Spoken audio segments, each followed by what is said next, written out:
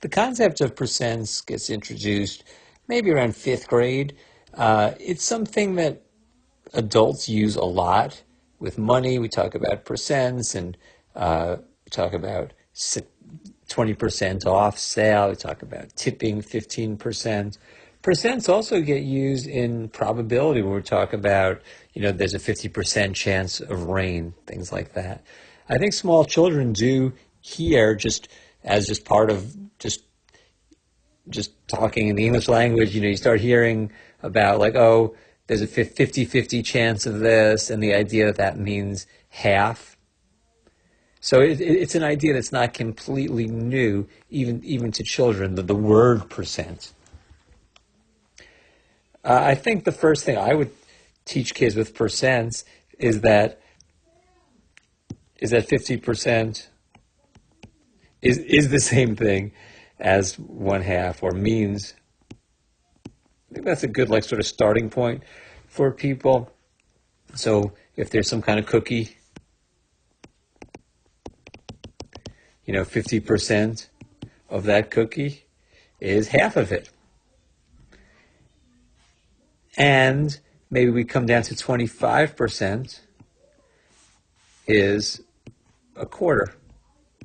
And even if they don't have a good feel for what it even means, just the words, 50% is a half and 25% is a quarter, and 75% is 3/4, which is kind of like most of a thing.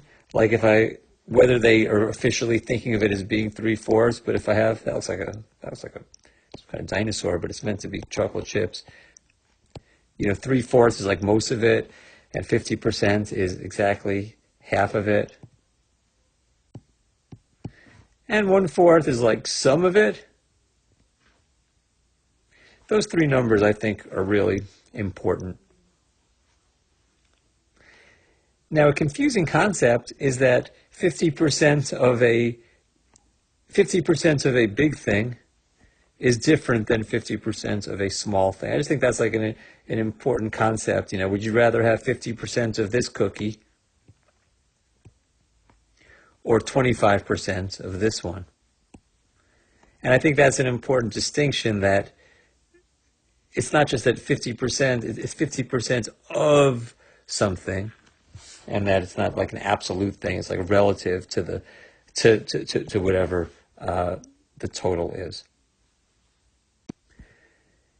A good multiple choice question would be something like this. What is 50%? So a good multiple choice question would be something, my pen's not working. Let me see if I can fix that. Okay, it's working again. So a good multiple choice question would be like, what is 50% of 400? And to have, 4 choices.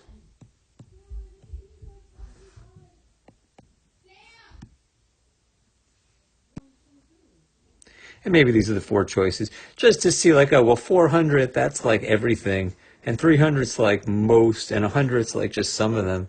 Maybe there's 5 choices. Maybe 0 is one of the choices. But the idea that 50% is like saying half.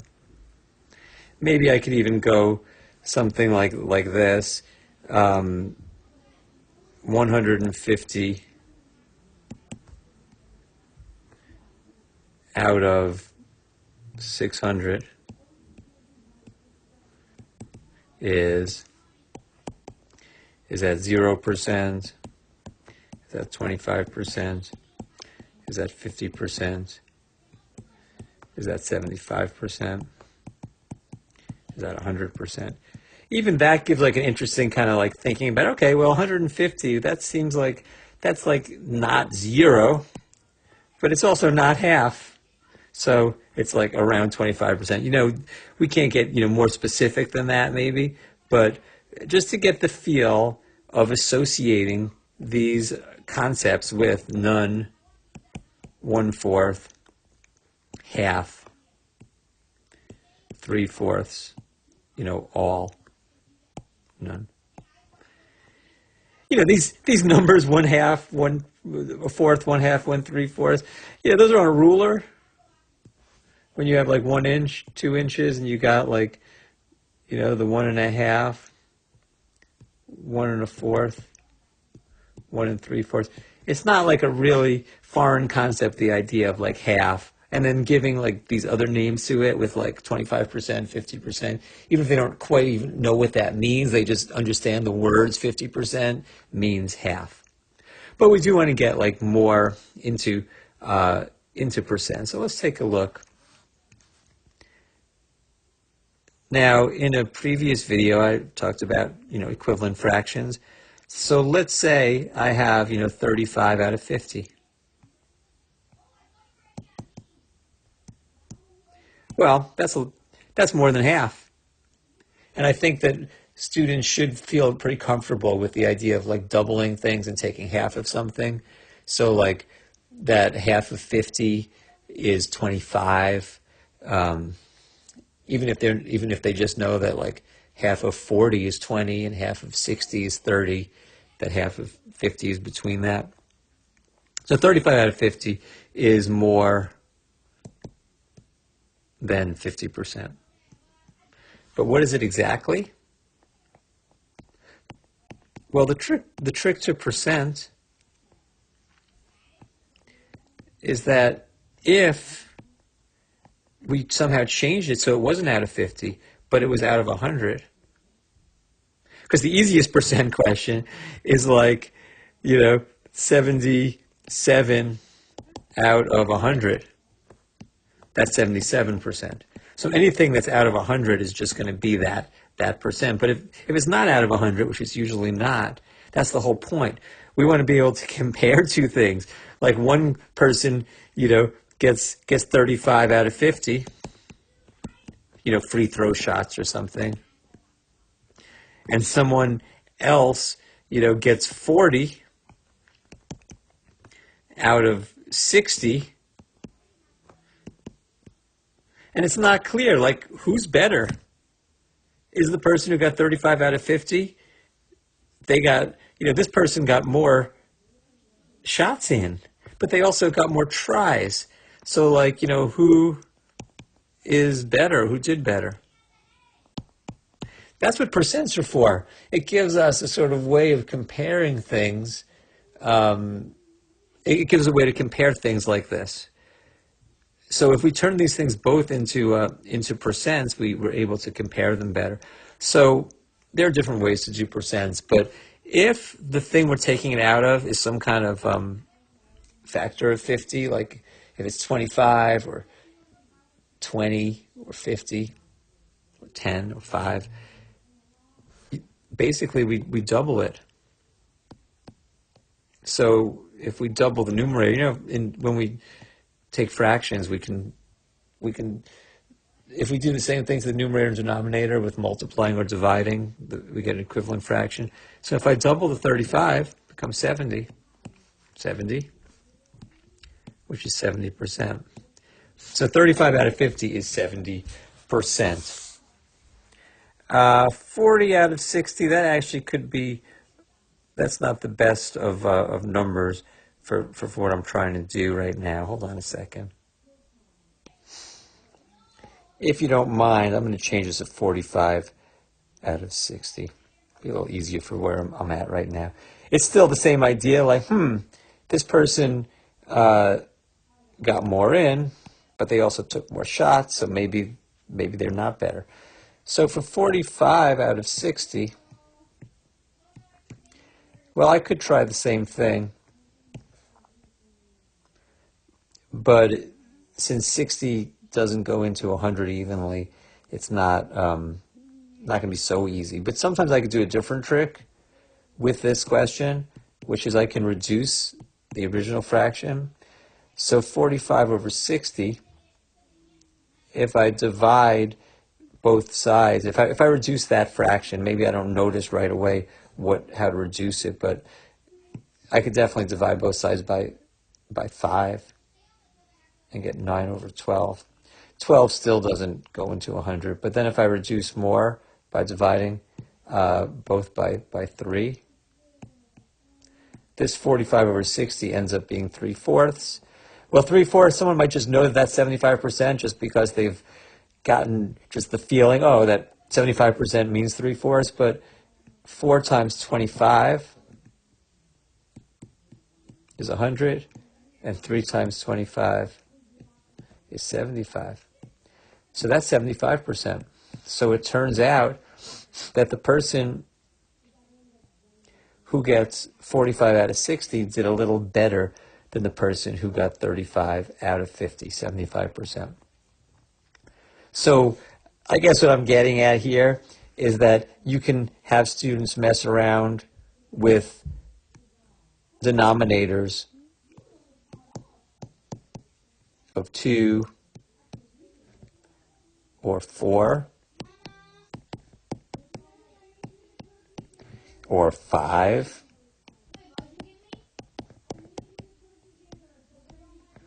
or 10.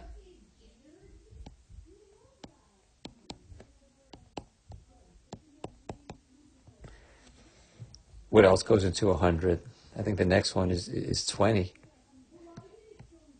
20 times 5 is 100.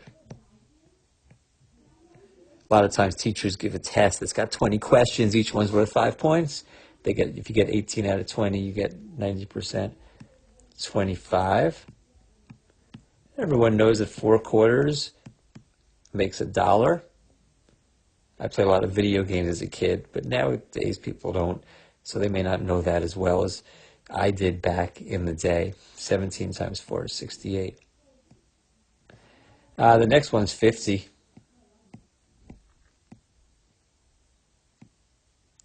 35 out of 50 is 70%.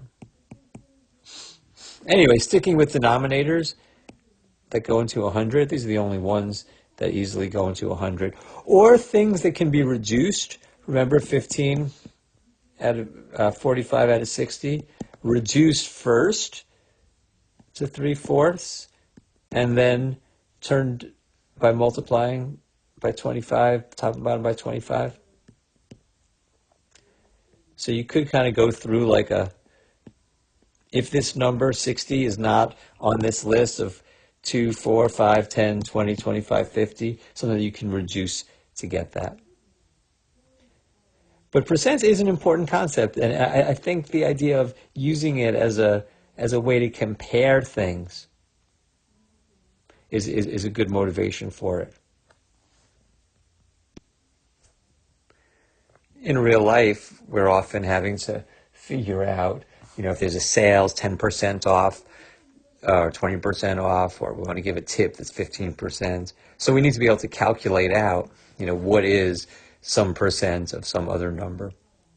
And 50% is half, and 25% is a quarter, and 75% is 3/4.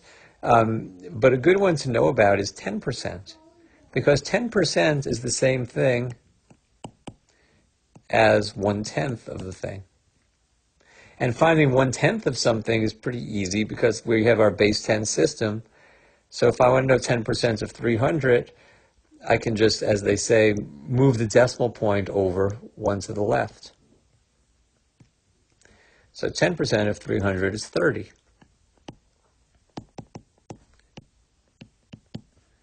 Now 20%, or any 20%, 30%, any multiple of 10, there's a sneaky trick for that.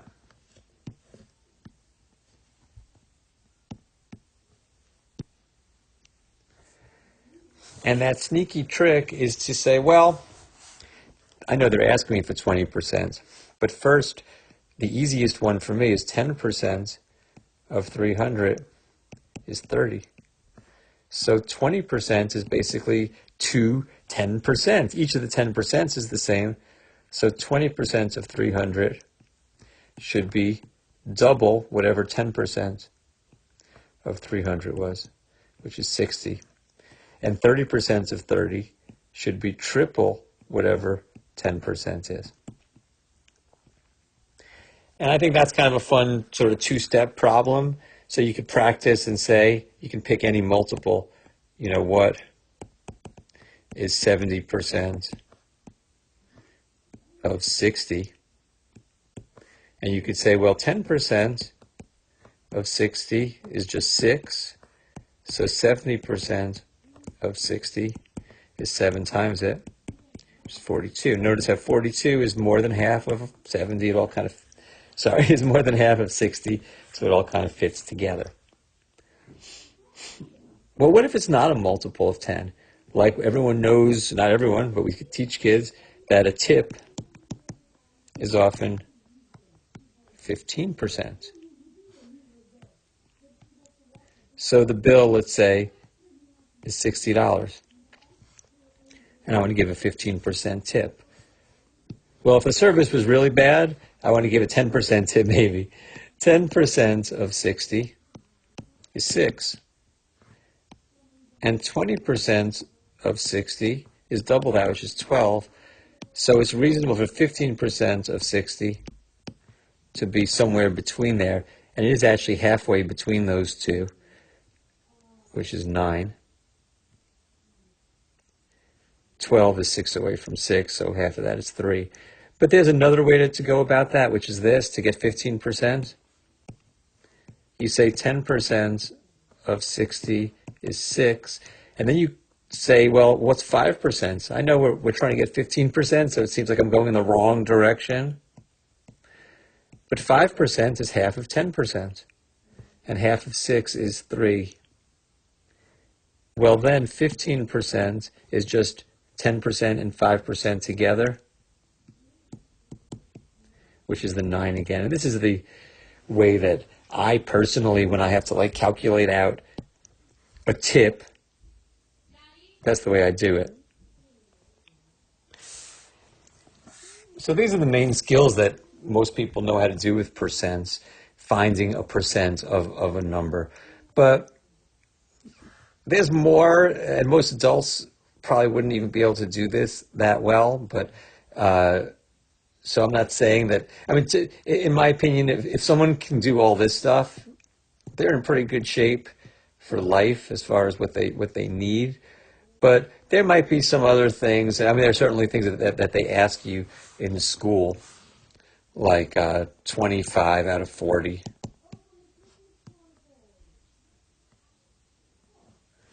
Can I do that?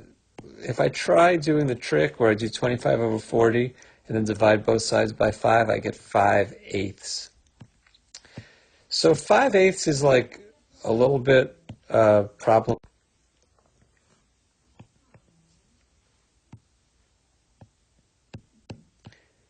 5/8 is a little bit problematic. Like, what is it?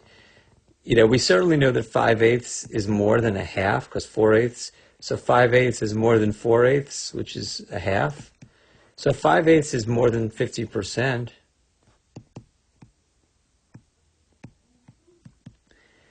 6/8 would be 3/4, which would be 75%. So 5/8 is between somewhere in there, between 50 and 75%. But what is it? What is it exactly? So there's two ways that you can do that. One way you can do it is with the proportion. 5 over 8 equals x over 100.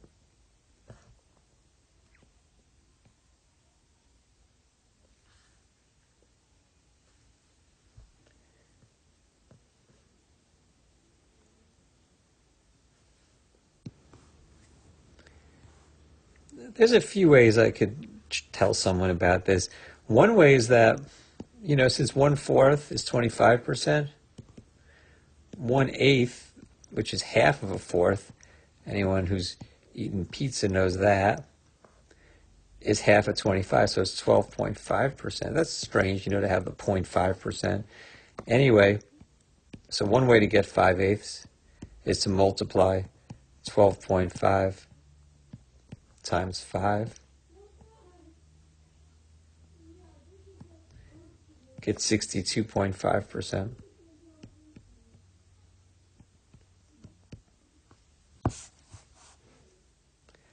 Another way to do it is to realize that there's a relationship between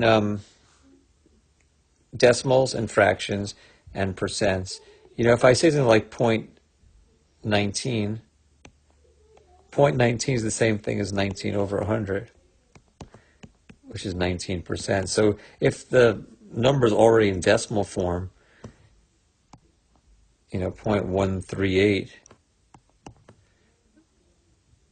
I know it's 138 over 1,000, but I could also write as 13.8 over 100, which is 13.8%. So turning a decimal into a percent is as simple as moving, as they say, moving the decimal over two places and making a percent sign.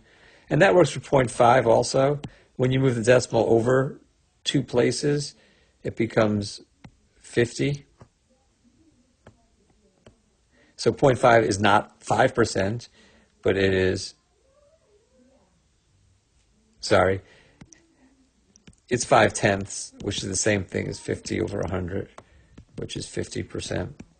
But you move the decimal over twice. If the decimal already has two or more numbers, that's easy enough. You know, 0.1375. You move the decimal over twice and stick a percent sign there. But it can get kind of confusing if there is only a single number. Is that 3%? Well, no, you have to move the decimal over twice. So you have to think of this 0.3 as a 0.30. Then you can move it over twice and get 30%. So if you know how to change 5/8 into a decimal, standard way to do that, I think the previous video had turning fractions into decimals. So 8 goes into 8 times 6 is 48. Bring down to 0. 8 into 20 goes twice. And hopefully, we get terminating decimal. 8 into 40 is 5. So 5/8. Later on, when I get to the algebra videos, I'll show you how, in an algebra class, they usually continue that question. But now I'm just showing you just some different things. I mean, you could, there's no law against this. If I wish this, if this 8 were a 4, that would be one of the things that goes into 100. So I could reduce the fraction. I know you're not supposed to reduce fractions this way, but there's really no rule against it. If you take half of 8, it's 4, and half of 5. I'm thinking more and more that being able to take half of something is an important skill. And now I can, what's the opposite of reduce? Enlarge the fraction by multiplying by 25. And 2.5 times 25 is 62.5. So 5/8 is 62.5%. Anyway, as a last resort, you could do this method with changing the fraction into a decimal.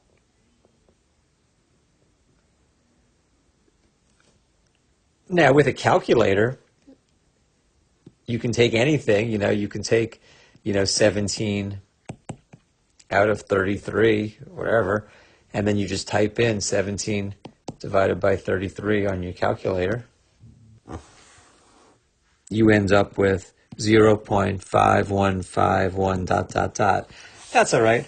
For our purposes, all we need to do is move the decimal over twice, and we get 51.5%.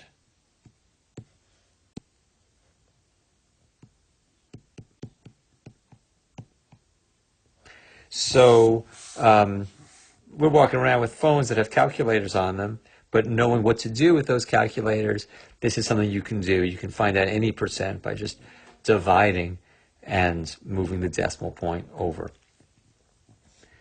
So at this point, and while we're at it, remember those questions, we're talking calculators anyway. Remember I showed you before, 15% of 60, and it ended up being 9 because 10% was 6 and 5% was 3, so 15% was 9. Well, if you're having a calculator anyway, I like to think of it this way. 100% of 60 is 60. And that's like 1 times 60. 50% of 60 is the same thing as half of 60, which is 0.5 times 60, which is 30. So like if I want to know what's 80% or 87% of 60, well, if you multiply by 0.87, notice how 0.87 is pretty close to 1. 87% is pretty close to 100%. 0.87 times 60 would be 87% of 60. I have a calculator right here. And I get 52.2. The way I think of it is if you multiply 60 by 1, that's 100%. It's all 60. And 60 times 0 is going to be 0. But if you multiply by something really close to 1, like 0.87, that's going to be 87%. So with a calculator, you can do the two main things that you do with percents, which is figure out some percent of a total number by multiplying, or you have sort of two numbers. You want to know the one number is what percent of the other. You divide those. Now there is a third question about percents, and it's not one that I'm really so interested in teaching kids how to do, but there is like a third thing, and that's where you say something like 50 is what percent of 65. Like, it's an interesting question. I don't mind it as like a multiple choice question, like is it 25%, approximately 50%, 75%, 100%. It's kind of interesting, like 50, it's more than half of 65. It's not 65. So of these choices,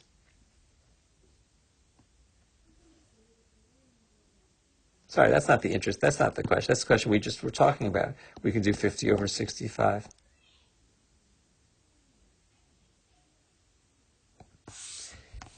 Sorry about that. That one I do like. That's not the third question. By the way, that one ends up being 76.9 approximately percent. No, the question that's a little less important is, here it is. 50 is 75% of what number? And that one is like, that's the third question. Third type of percent question. I don't care like that much about that question. Like, is it something like 60 or something, or 65? At this point, and I think when we start doing algebra in later videos, I'll show you a way of calculating that.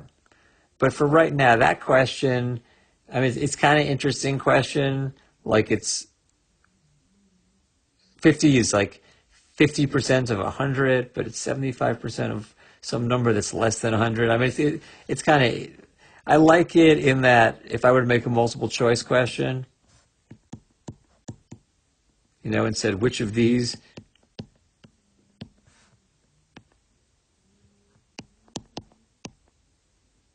let's say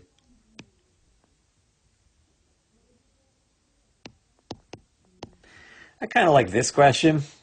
If these are the four choices, 50 is 75% of what number? 75% is it's like most of it, and that I could kind of narrow it down to at least of the four choices. But actually calculating that is not so easy.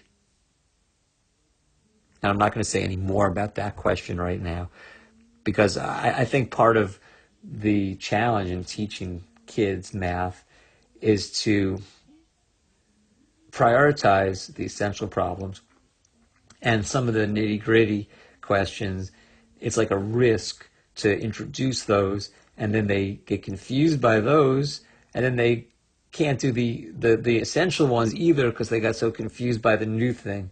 So I am going to just say for later. But the other two questions are kind of essential. That's where you're like, what is 70, what is 75%? I do like what is 75% of 200. I do like that type of question. I like the idea that like 90 out of 120 is what percent. Those questions I do like. I just don't care so much for the third sort of thing that could be not known. Like in both of these cases, the total is the thing that's known, whereas in this third case, the total is the thing that's not known, and that's harder. And I don't want that to be in this video. I want to bring that back later.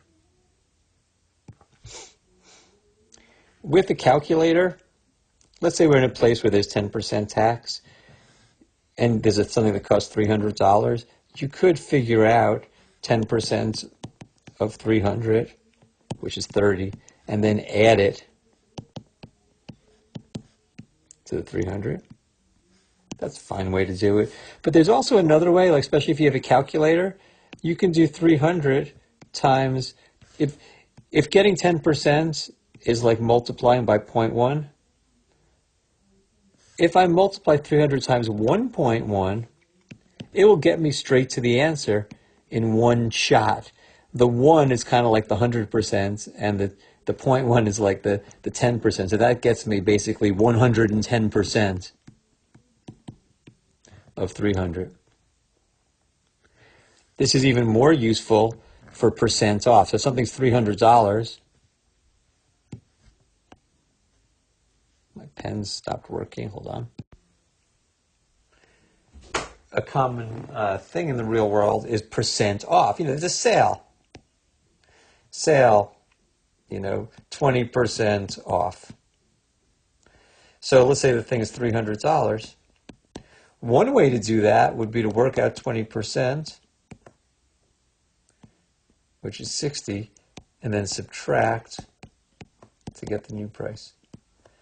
But a thing I like to do, 20% off is equivalent to 80% on.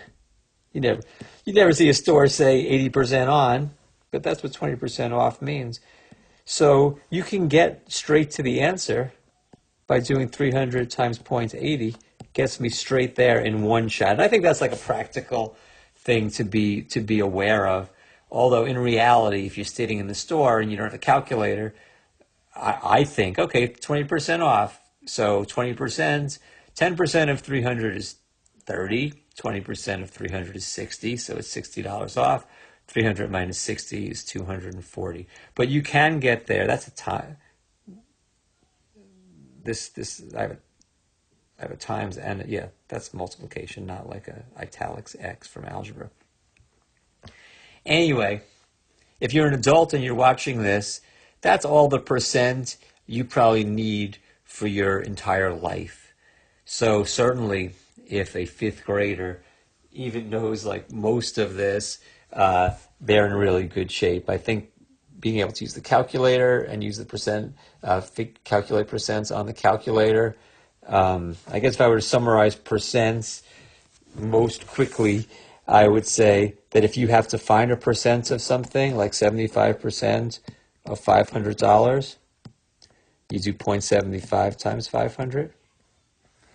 But if you had to know like 19 out of 50 and want to know like what percent is that, or 19 out of 47, it's not so obvious what percent it is. If you divide 19 divided by 47, basically turns it into a decimal. 19 over 47 is 0.404. So 0.404, which is about 40%. Whereas 75% of $500, 0.75 times 500 is 375.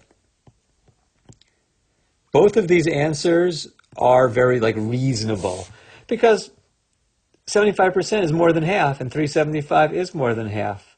Whereas 19 over 47 is less than half. 43 would be half, so I'm expecting it to be less than.